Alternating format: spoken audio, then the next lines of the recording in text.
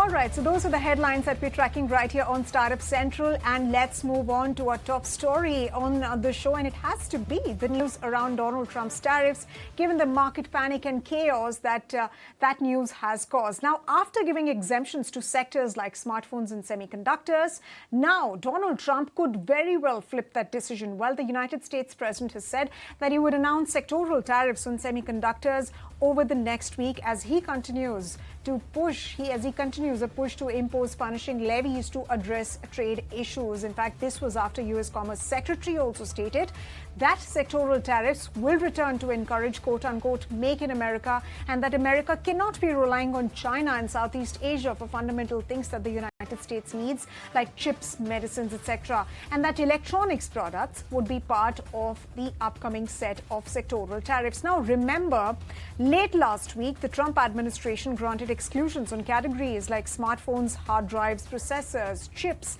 and semiconductors, and that was seen as a boost, as a positive for companies like Apple, TSMC, AMD, Nvidia, amongst others. So the big question then is, with this flip-flop coming, how are companies bracing for more volatility? How severe could these tariffs be? And can the imposition of tariffs bring back U.S. manufacturing as Donald Trump is expecting? Well, to discuss those and many other points, we're now joined by Ray Wang of Constellation Research. He's, of course, the founder and chairman. Thank you very much, Ray, for joining us. It's always good to be with you. What do you make of this move? What do you think is the motive behind this flip-flop? I mean, why give exceptions only to have them revoked later?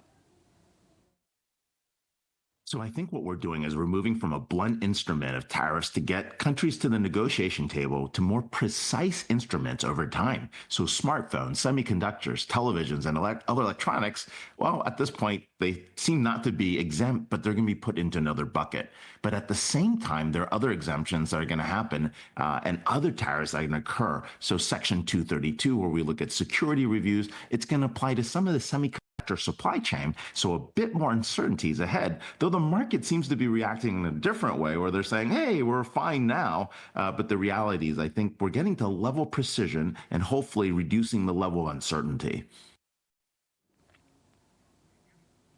Right, Ray, but I would once again bring up that point. What is the Trump administration's motive behind this? Why the repeated flip-flops? Is this indicative of perhaps the administration's strategy to think as things move?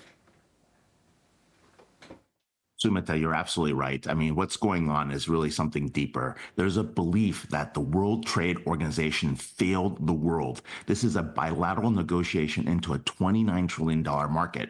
Are we moving to free trade or are we paying for access? And there have been three types of tariffs. One have been related to public safety with the fentanyl crisis in the U.S., China, Mexico, Canada, please cut it out. If you can't stop the fentanyl trade, we're going to impose tariffs. And what's really going on with fentanyl in China, just like what we have antiquities and art, just like we had with real estate a couple decades back, they're trying to get their cash out of the country, and that's why this fentanyl trade has gone out of control.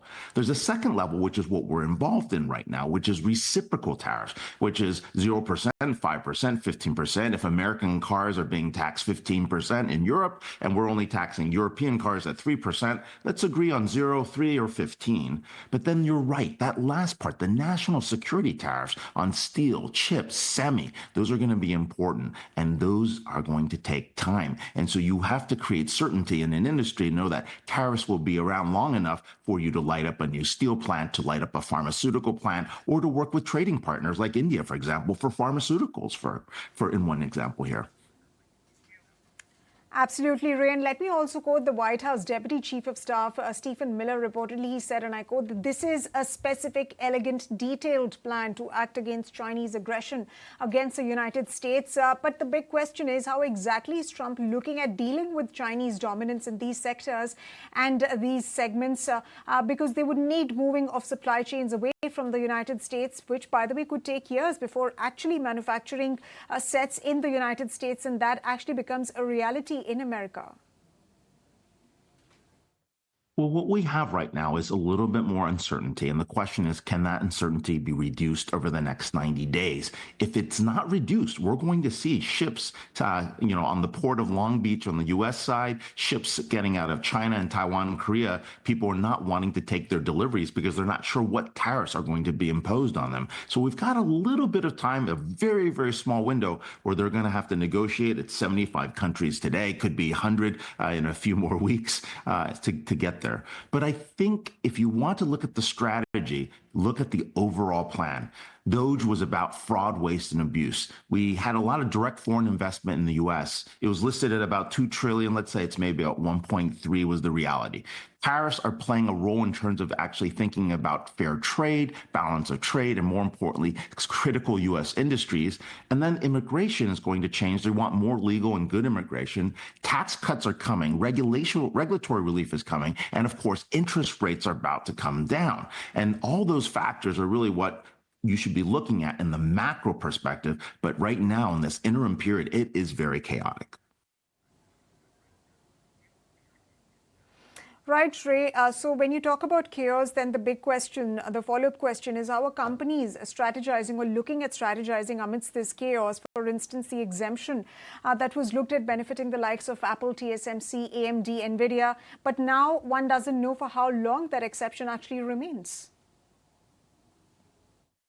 Well, country-specific tariffs have been talked about. I believe there's a delegation from India negotiating at the moment with the U.S. There were no retaliatory tariffs, so that probably is a good thing. And I think when we get the sector-related tariffs, there are some advantages. The question is, does Apple find an advantage in manufacturing more of its products in India and versus Vietnam or Taiwan, depending on what deal gets put out there? There's a balance of trade, too. If we think about what's going on with the IT services industries, if we think about overall in terms of, where can America or the U.S. provide energy sources to India, you're going to see those types of conversations emerge. What can be done against the overall threat with China in terms of the U.S. and cooperation? So it's not just an economic negotiation. Think about this as a great reset around the world from economy, from military, from social, and also from the political landscape. Right, Ray, but the question then is an India-specific one that I'm going to ask you next. How can India look at gaining from these moves? 90-day tariff reprieve, the sector-specific tariffs that Donald Trump administration is talking about bringing, which will put more pressure on China because they want to move manufacturing to the United States. So the administration is essentially looking at reshoring of these essential industries. What does that mean for India, and where does India stand with respect to the implementation of those decisions in the United States? Well, in the electronic sector, I think there's been that push to move semiconductor manufacturing to other locations. They've done a good job pushing out of China. Now, the question is what it's going to look like in the U.S. To be honest, it's very difficult to do a fab plant anywhere around the world. That level of precision has only succeeded in Taiwan, Korea, and Japan. So the question is, can India come up to the challenge? If the answer is yes, it could be very lucrative on the India side to be able to deliver semiconductor capabilities. On the other hand, there's a little bit of risk. The question is, if we look at balance of trade and services, what does that mean for IT services firms? Will GCCs be at risk in terms of tariffs, or will they be protected? That's a question that companies should be looking at. And then, of course, if you're looking at what's happening overall in the tech sector, there's a massive push for exponential efficiency with AI. Right now, you have to be 10 times better or 10 times faster. In 3 years, you have to be 10 times better and 10 times faster, which is 100x. And in maybe about 5 years, you have to be 10 times better, 10 times faster, and 10 times cheaper, right? And that's 1,000x capability here. And so we're now actually pushing the limits of exponential efficiency in AI, automated manufacturing, and of course, what that means in which country and what tariffs will you be playing in. Right, all right. So a great reset is what it's looking like, and many other economists have also stated the same way. But how is the tech industry looking at these developments? I think they're actually reassessing tariffs on the fly. And I think part of it is as they get into bilateral negotiations, they've started the negotiations, for example, with Korea and Japan. I'm sure they're moving into Taiwan and Vietnam soon. They're starting to get an understanding of what the complexities of that supply chain look like and where they need to put exemptions, where they don't need to put exemptions. But I think there's a baseline tariff of at least 10% that's happening. And that's really not just tariffs, it's also balance of trade. Right. So balance of trade. But one final question, Ray, before we let you go. When Donald Trump says that America cannot depend on China for their basic needs, in fact, the Commerce Secretary also stated that. What are you anticipating will come through when Donald Trump talks about sector-specific tariffs? And I'm asking you specifically for the semiconductor and electronic segments. I think we're going to go through a Section 232, which is a security review in the semiconductor supply chain. I think the result will be a question as to, do we push more of the semiconductor supply chain to allies?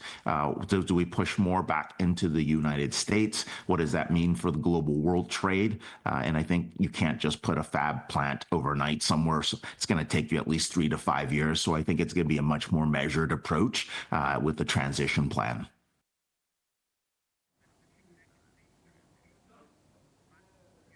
All right. With that, thank you very much, Ray, for joining us here on Startup Central on 18. I appreciate you taking the time out and helping us understand what to make of these developments that are currently underway in the United States. Thanks very much once again.